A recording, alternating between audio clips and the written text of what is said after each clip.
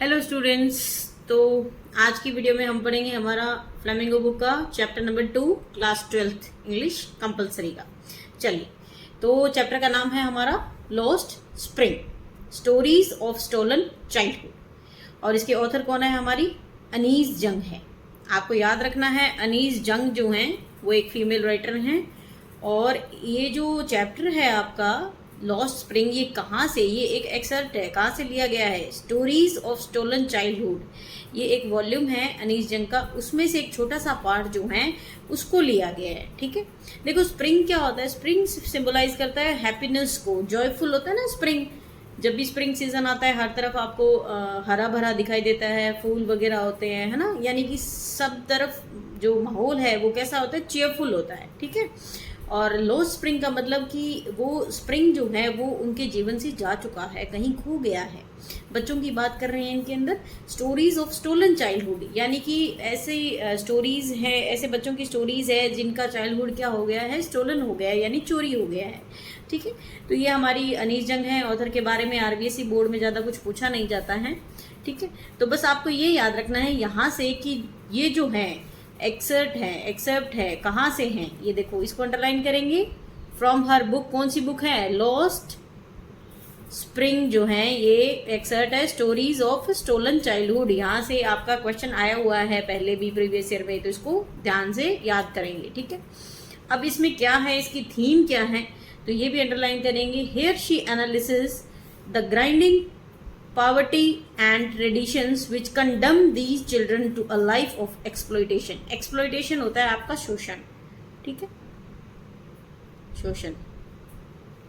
अब ये हिंदी में देख लेना से कौन सा आएगा, है ना।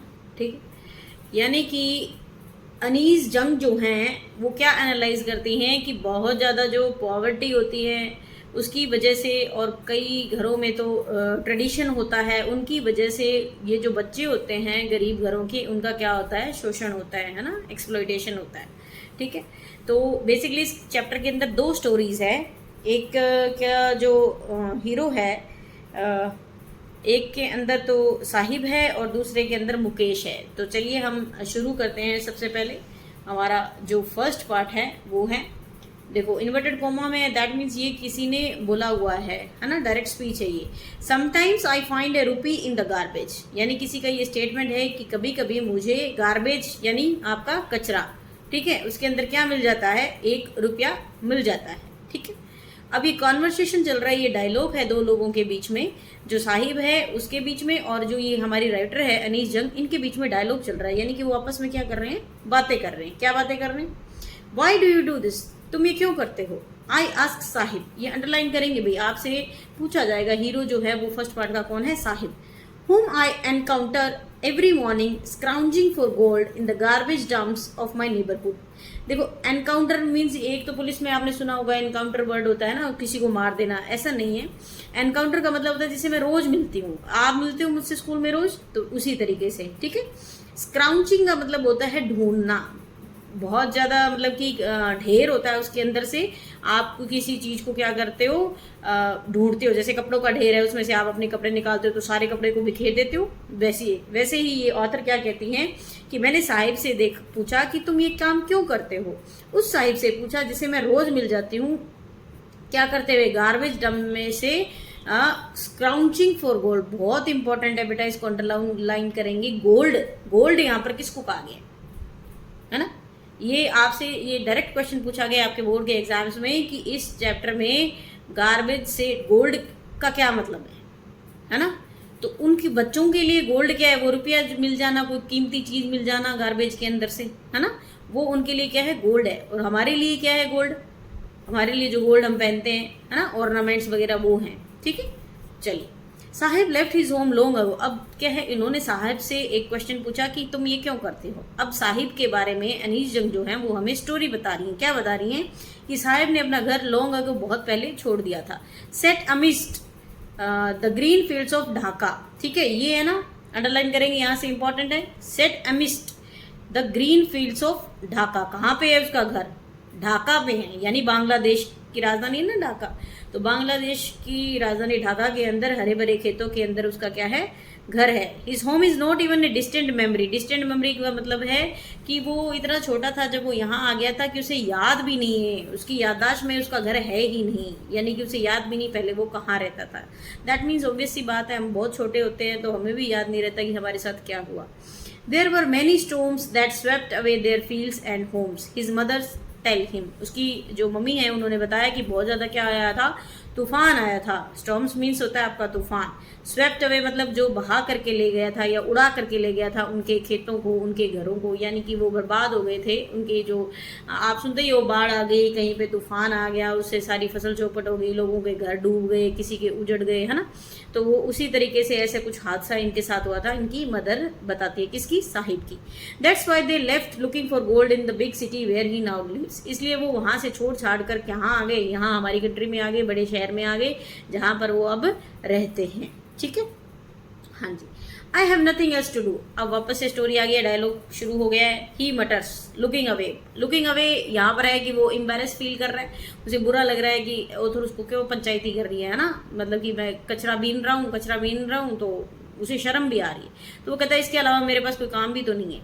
तो वो कहती है गो टू स्कूल।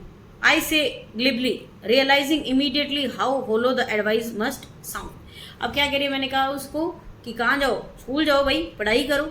लेकिन मेरे कहते ही मुझे ये इमीडिएटली मतलब तुरंत मुझे ये एहसास हो गया था कि मैंने उसे कैसी राय देती है, खोखली, होलो मीन्स होता है खोखली एडवाइस दे दी। खोखली एडवाइस का मतलब कि वो बच्चा इतना गरीब है, वो कहाँ से इतना एक्सपेंस उठा पाएगा, खर्चा उठा पाएगा, स्कूल जाएगा, यूनिफॉर्म है, बुक्स है, वो इतने गरीब हैं कि वो कचरा बीन करके अपना गुजारा करता है, तो वो स्कूल कैसे जाएगा। There is no school in my neighbourhood, when they build one I will go. वो बच्चा क्या कह रहा है कि मेरे पड़ोस में कोई भी स्कूल नहीं है, वो जब स्कूल बना देंगे तो मैं स्कूल चला जाऊंगा। यानी साहिब को स्कूल जाने से कोई प्रॉब्लम नहीं है, लेकिन उसके पड़ोस में क्या नहीं है, स्कूल नहीं है। चलिए, if I start A school will you come. तो ऑथर कहती है कि क्या मैं अगर स्कूल बनाऊं तो तुम आ जाओगे। आई आस्क हाफ जोकिंग, मैंने ऐसे मजाकिया मूड में कह दिया। येस ही से स्माइलिंग ब्रॉडली। तो वो बहुत ज्यादा खुश हुआ और उसने कहा हाँ हाँ बिल्कुल आ जाऊंगा, आप स्कूल खोलो। A few days later I see him running up to me, is your school ready. तो बात रफा दफा हो गई। अब बच्चा है, बच्चे के मन में बैठ गया कि मैडम जो है वो क्या खोलेंगी, स्कूल खोलेंगी। कुछ दिनों बाद में वो जब मिला मुझसे तो भागता हुआ आया और पूछा कि क्या तुम्हारा स्कूल रेडी हो गया है। It takes longer to build a school, I say embarrassed at having made a promise that was not made. अब मुझे शर्म आ रही है, एम्बेरसमेंट होते हैं ना, शर्मिंदगी महसूस हो रही है कि मैंने एक बच्चे से ऐसा प्रॉमिस कर दिया जो कभी पूरा हो ही नहीं सकता। तो मैंने उसको क्या किया, मीठी गोली दे दी कि स्कूल बनने में क्या लगता है, बहुत वक्त लगता है। But promises like mine abound in every corner of his bleak world. फिर मुझे बुरा लग रहा था कि मैंने उसे झूठे जो वादे हैं वो कर दिए, लेकिन उन जैसे लोगों से हर कोई व्यक्ति जो है वो क्या करता है, झूठा वादा करता है। तो यहाँ पर डायरेक्टली इनडायरेक्टली जो है किसको, पॉलिटिक्स इन्वॉल्व हो गई है, यानी नेता वगैरह लोग भी क्या करते हैं, चुनाव में झूठे वादे कर देते हैं कि आपको पक्का घर दे देंगे, ये दे देंगे, लेकिन ऐसा कुछ होता नहीं है। After months of knowing him I ask him his name. महीनों तक उसको जानने के बाद मैंने उससे उसका नाम पूछा, तो उसने बताया उसका नाम क्या था। ये भी अंडरलाइन करेंगे भाई, इंपॉर्टेंट है, आपसे पूछा जाएगा। पूरा नाम क्या है, साहिब ए आलम, है ना, साहिब ए आलम ही उसने अनाउंस किया। He does not know what it means, उसको खुद के नाम का मतलब नहीं पता। If he new it's meaning, अगर उसे उसके नाम का पता हो तो उसके नाम का मतलब क्या है, लॉर्ड ऑफ द यूनिवर्स। ये भी अंडरलाइन करेंगे, इंपॉर्टेंट है। नाम क्या है, साहिब आलम, और उसका मीनिंग क्या है, लॉर्ड ऑफ द यूनिवर्स।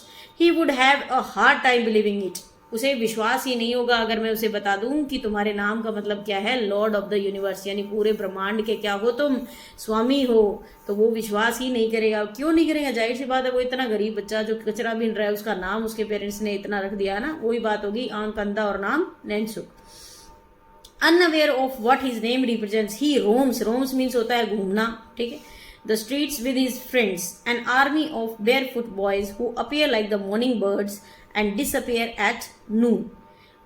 ठीक है, अब उसका नाम चाहे जो भी हो, वो क्या करता है, स्ट्रीट्स पे, गलियों में, स्ट्रीट्स मीन्स गलियां होती है, अपने दोस्तों के साथ गलियों में घूमता रहता है। और गलियां उसके दोस्त क्या है, आर्मी ऑफ बेयरफुट, बेयरफुट होता है नंगे पाँव, बेयर मीन्स बिना चप्पल के, ठीक है, बेयर नंगा होता है बेटा, फुट मीन्स पाव, ठीक है। तो नंगे पाँव की जो आर्मी है, पूरी की पूरी गैंग है, जो कैसे आते हैं, लाइक मॉर्निंग बर्ड्स की तरह आते हैं और डिसअपियर हो जाते हैं, यानी गायब हो जाते हैं। कहाँ? दोपहर में गायब हो जाते हैं। सुबह सुबह आती है ना चिड़िया, आती है झुंड के अंदर आती है, तो यहाँ पर इनको कंपेयर किया गया है बच्चों को किसके साथ में? मॉर्निंग बर्ड्स के साथ में, क्योंकि सुबह सुबह बहुत ज़्यादा चिड़िया जो होती है वो चहल पहल करती है, ग्रुप में आती है। वैसे ये बच्चे आते हैं और दोपहर को चिड़िया भी नहीं दिखाई देती, वैसे ये बच्चे भी नहीं दिखाई देते। Over the months I have come to recognise each of them. महीनों बाद में मैं अब एक एक बच्चे को क्या करने लग गई थी? रिकॉग्नाइज करने लग गई थी। रिकॉग्नाइज का मतलब होता है पहचानने लग गई थी। Why are not you wearing chappals? I ask one. एक से मैंने पूछा क्या हो भाई, तुम चप्पल क्यों नहीं पहनते हो, नंगे पाँव क्यों घूमते हो? My mother did not bring them down from the shelf, he answer simply. वो कहता है कि मेरी मम्मी है ना, ऊपर रखी हुई है चप्पल मेरी शेल्फ के ऊपर और मुझे उतार के नहीं देती, इसलिए मैं नहीं पहनता।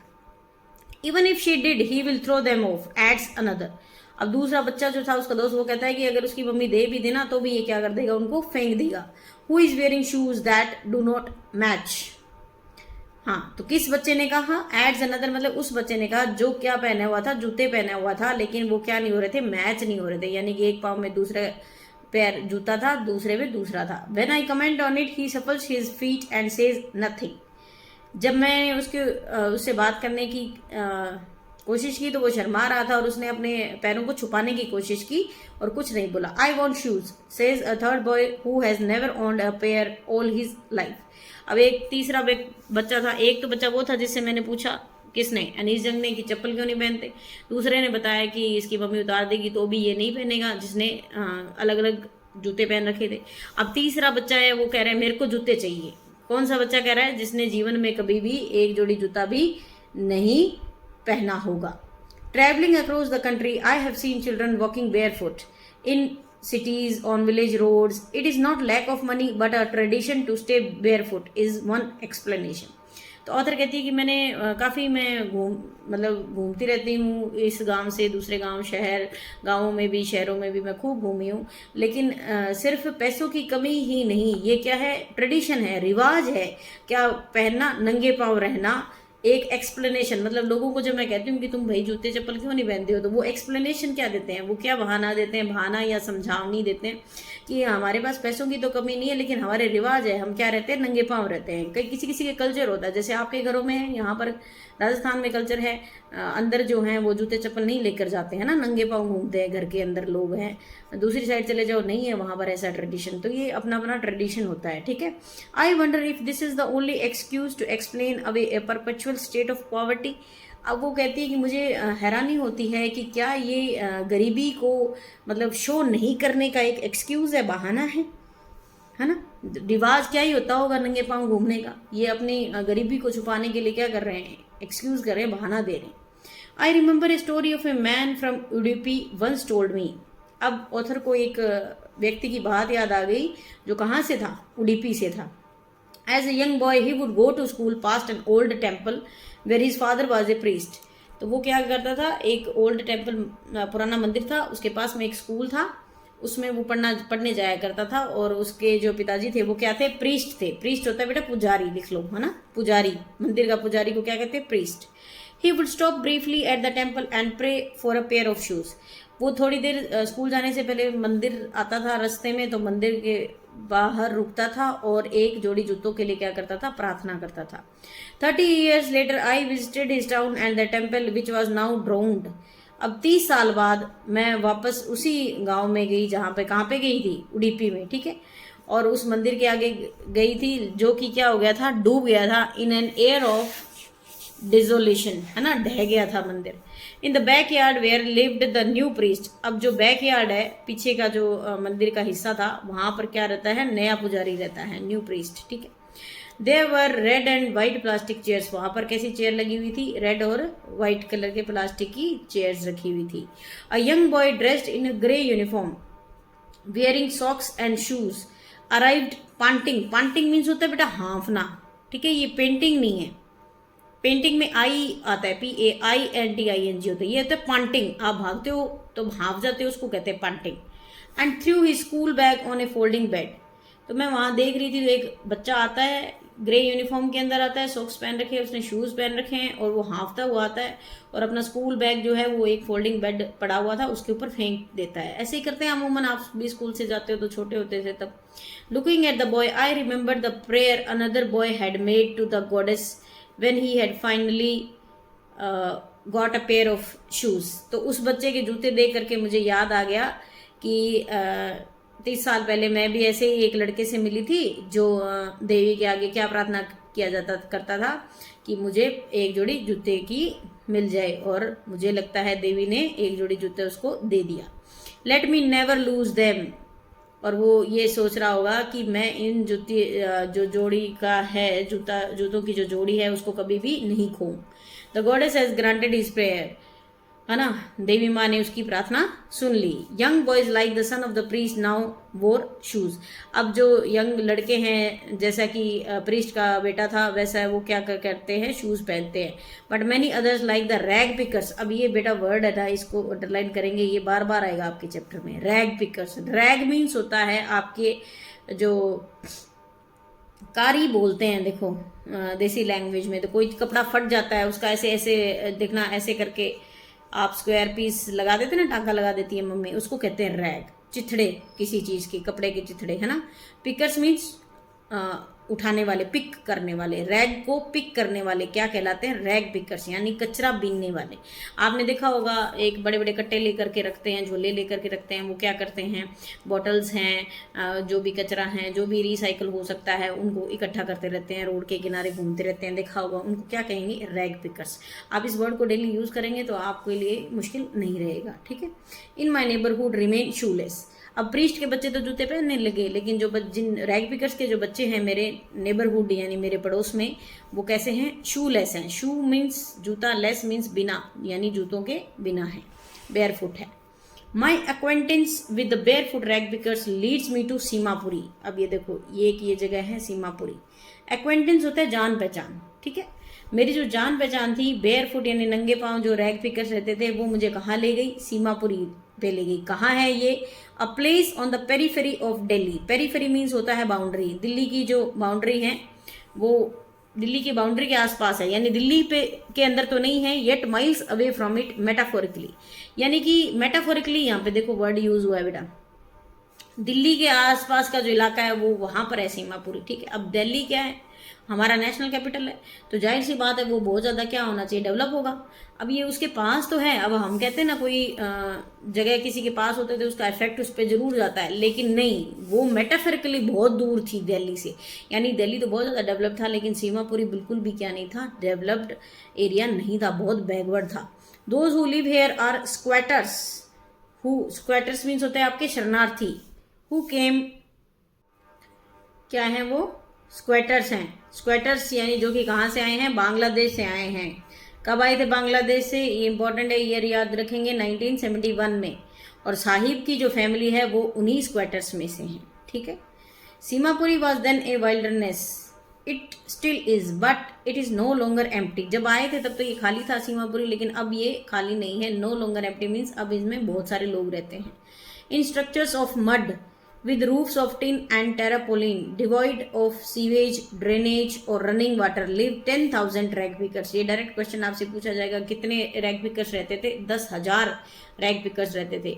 और ये इंपॉर्टेंट है बेटा, इन स्ट्रक्चर्स ऑफ मड, कैसे बने हुए थे इनके घर, मड से बने हुए थे। कैसी छत थी, रूफ कैसी थी, टिन की थी, यानी छप्पर वाला शेड होता है ना वो।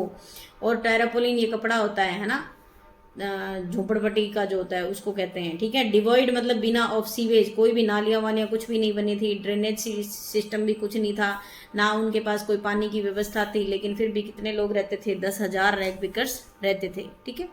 They have lived here for more than 30 years, कितने सालों से, विदाउट एन आइडेंटिटी, कोई भी बिना जान पहचान के कितने सालों से रह रहे हैं, 30 साल से भी ज़्यादा से रह रहे हैं। विदाउट परमिट्स, उनके पास परमिट भी नहीं है, यानी परमिशन नहीं है। But with ration cards that get their names on voters list and enable them to buy grain. लेकिन उनके पास क्या है, ration card. Ration card, ration card कैसे मिलता है, जब आपको वोटर लिस्ट में आपका नाम आता है। जाहिर सी बात है, यहाँ पर फिर से ये एक कमेंट किया गया है पॉलिटिकल नेताओं के ऊपर, यानी कि उनको कोई सुविधा न दे करके उनका वोटर कार्ड जरूर बनवा दिया उन्होंने, ताकि उनको क्या मिल सके, वोट मिल सके, है ना। और उनसे झूठे वादे करके और ये भुला फिसला के और प्रलोभन में दे करके अपना वोट ले लेते हैं, ठीक है। और उससे वो ग्रेन यानी अनाज खरीद लेते हैं। Food is more important for survival than an identity. अब उनके अकॉर्डिंग क्या है, खाना बहुत जरूरी है जिंदा रहने के लिए, है ना। आइडेंटिटी का क्या करेंगे, अचार डालेंगे क्या, 2 वक्त की रोटी मिल जाएगी और क्या चाहिए। If at the end of the day we can feed our families and go to bed without an aching बेटा, स्टमक एक होता है ना, वो एइंग ये होता है पीड़ा, pen. We would rather live here than in the fields that gave us no grain. Say a group of women in tattered means होता है फटी पुरानी sarees, when I asked them why they left their beautiful land of green fields and rivers. तो देखो क्या होता है, author एक जो वुमेन थी टैटर्ड साड़ी में, उससे पूछती है कि तुमने अपना इतना सुंदर हरा भरा खेत था, नदियां थी, उनको छोड़ के क्यों आ गए यहाँ पर। बोले कि इतने सुंदर खेतों का, नदियों का क्या करेंगे जब हमें अनाज ही पैदा करके नहीं दे सकते, है ना। 2 वक्त की रोटी लेकर के हम अगर बिना पेट दुखे हम अपने फैमिली को फीड कर सकते हैं, उनको भोजन खिला सकते हैं, तो हम यहाँ रहना ज़्यादा पसंद करेंगे। Wherever they find food, they pitch their tents and become transit homes. जहाँ भी उनको खाना मिलता है वो गड्ढा करते हैं और अपने तंबू तान लेते हैं, और वही उनके क्या बन जाते हैं, ट्रांजिट होम्स। यानी आपने देखा होगा ये गाड़ी वाड़ी भी लेकर रखते हैं, बुलक कार्ट्स, उसके नीचे ही सो जाते हैं, अपना घर बना लेते हैं टेम्परेरी, है ना। तो जहाँ भी उनको रोजगार मिलता है, जहाँ भी उनको काम मिलता है, वो अपना घर वहीं बना लेते हैं, उनको ट्रांजिट होम्स कहते हैं, ठीक है। चिल्ड्रन ग्रो अप इन दम, बच्चे उनके अंदर बड़े होते हैं।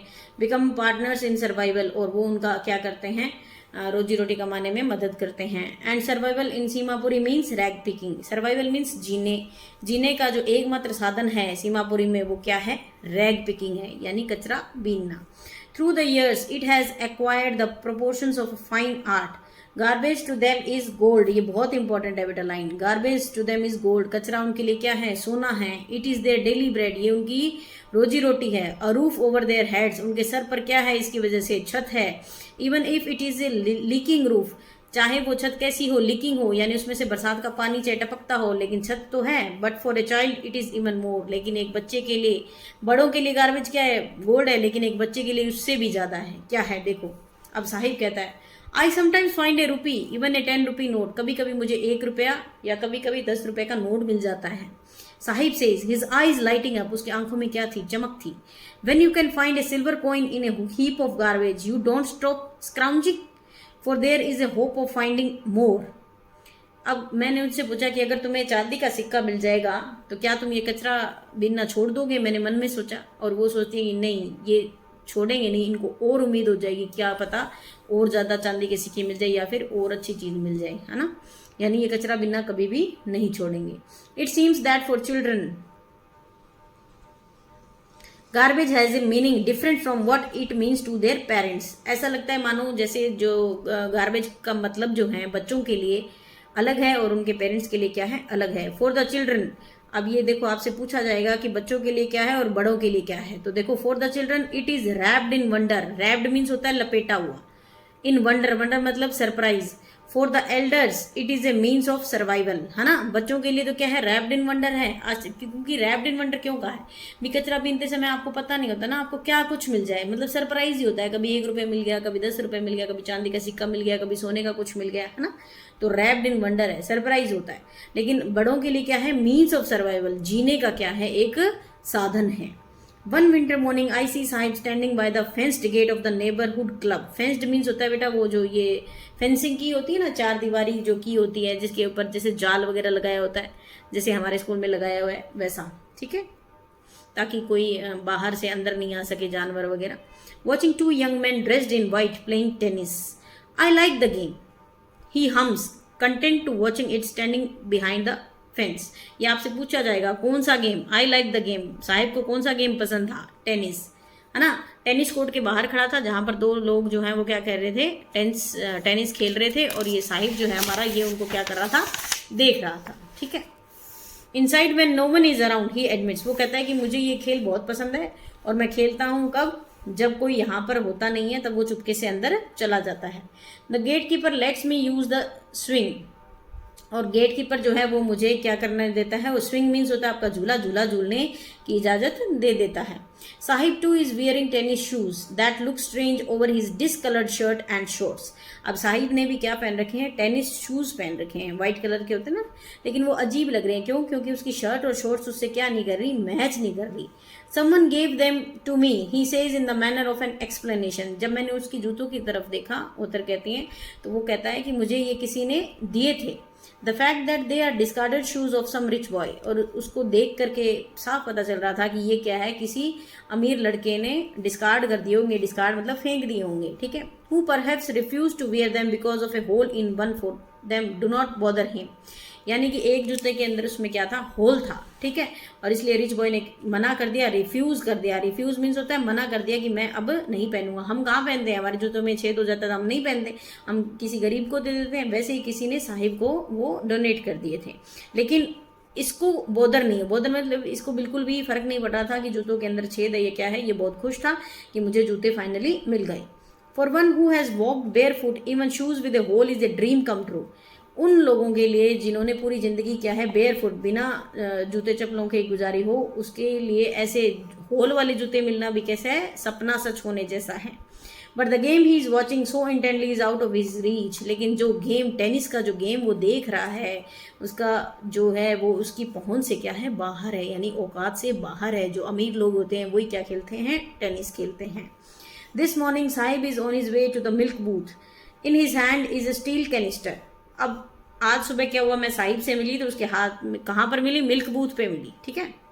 इसके हाथ में क्या थी, एक स्टील की वो केटली होती है ना, उसको कैनिस्टर बोलते हैं, वो स्टील की केटली थी जिसके अंदर चाय सर्व करते हैं। I now work in A tea stall down the road, he says pointing in the distance. अब वो ऑथर को जानता था, तो उसने कहा कि आजकल मैं कहाँ पे काम करता हूँ, टी स्टॉल पे। ये भी अंडरलाइन करेंगे, ये आपसे पूछेंगे कि साहिब जो है बाद में कहाँ काम करने लग गया था, टी स्टॉल में काम करने लग गया था। उसने हाथ से ऐसे इशारा करके बताया कि वो रही दुकान, उसके ऊपर काम करता हूँ।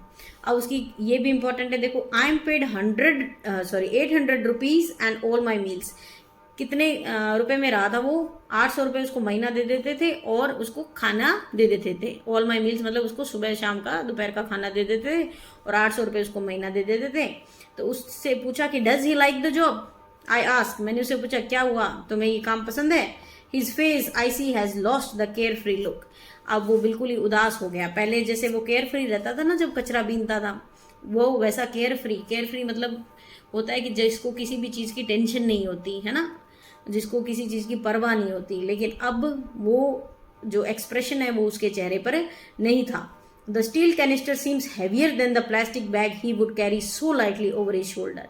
ऑथर कहती है कि जो स्टील का जो कैनिस्टर था, मुझे ऐसे लग रहा था कि वो ज़्यादा भारी था उस प्लास्टिक बैग से जो अपने शोल्डर पे वो लेकर के घूमता था। ठीक है, देखो भारी तो शोल्डर पे प्लास्टिक वाला बैग ही था, लेकिन यहाँ भारी का मतलब वजन नहीं है, यहाँ पर भारी का मतलब है जिम्मेदारी, रिस्पॉन्सिबिलिटी। पहले वो अपनी मर्जी का मालिक था और अब क्या है, उसे होटल वाले में जिस टी स्टॉल पे वो रहा है उसका काम करना पड़ेगा, है ना।